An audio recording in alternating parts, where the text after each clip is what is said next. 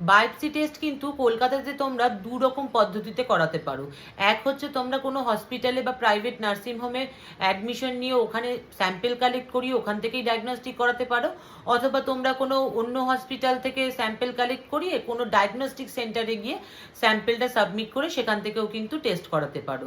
এবং এই টেস্ট কোনটা তোমাদের বেশি খরচ পড়বে বা কোনটা কম খরচ পড়বে এবং কলকাতায় কোথায় কোথায় এই ডায়াগনস্টিক করা হয় বায়োপসির, সেই সমস্ত কিছু কিন্তু আজকে ভিডিওতে আমি তোমাদেরকে জানাবো।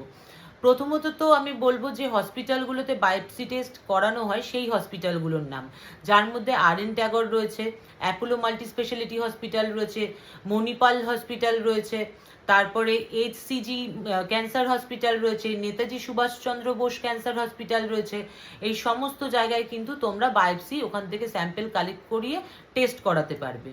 আর তোমরা যদি মনে করো কোনো ডায়াগনস্টিক সেন্টার থেকে আর কি টেস্ট করাবে, একটা হসপিটাল থেকে স্যাম্পেল কালেক্ট করিয়ে আরেকটা ডায়াগনস্টিক সেন্টার থেকে আর কি রিপোর্ট করানো, সেক্ষেত্রে তোমরা অ্যাপোলো ডায়াগনস্টিক সেন্টার থেকে করাতে পারো, যেটা বাসদ্রোণীতে রয়েছে।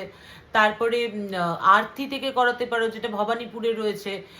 মেডিনোভা থেকে করাতে পারো। এই সমস্ত জায়গায় কিন্তু তোমরা টেস্ট করাতে পারবে, কিন্তু স্যাম্পেল এখান থেকে কালেক্ট করা হয় না।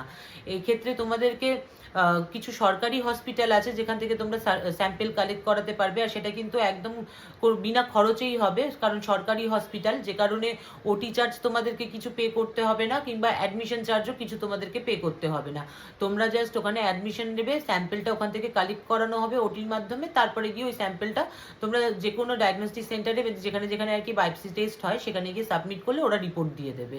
এক্ষেত্রে কিন্তু তোমাদের খরচ পড়বে হচ্ছে 10 থেকে 15,000-এর মধ্যে। আর তোমরা এই স্যাম্পেল কালেক্ট করাতে পারবে এমআর বাঙুর হসপিটালে, তারপরে বিজয়গড় হসপিটালে, পিজি হসপিটালে। এই সমস্ত হসপিটাল থেকে তোমরা স্যাম্পেল কালেক্ট করে যে কোনো ডায়াগনস্টিক সেন্টার থেকে রিপোর্ট করাতে পারবে।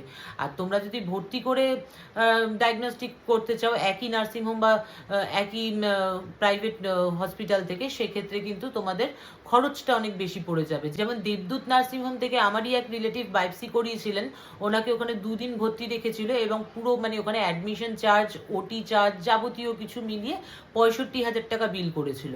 আর তোমরা যে কোনো জায়গায় যদি মানে কোনো প্রাইভেট জায়গা থেকে করাতে চাও, সেক্ষেত্রে কিন্তু তোমাদের 50,000 টাকার উপরেই খরচ পড়বে। আর তোমরা যদি সরকারি হসপিটাল থেকে স্যাম্পেল কালেক্ট করিয়ে ডায়াগনস্টিক সেন্টার থেকে আর কি রিপোর্ট করাও, সেক্ষেত্রে তোমাদের খরচটাও অনেক কম পড়বে আর রিপোর্টটাও কিন্তু তোমরা জেনুইন পাবে।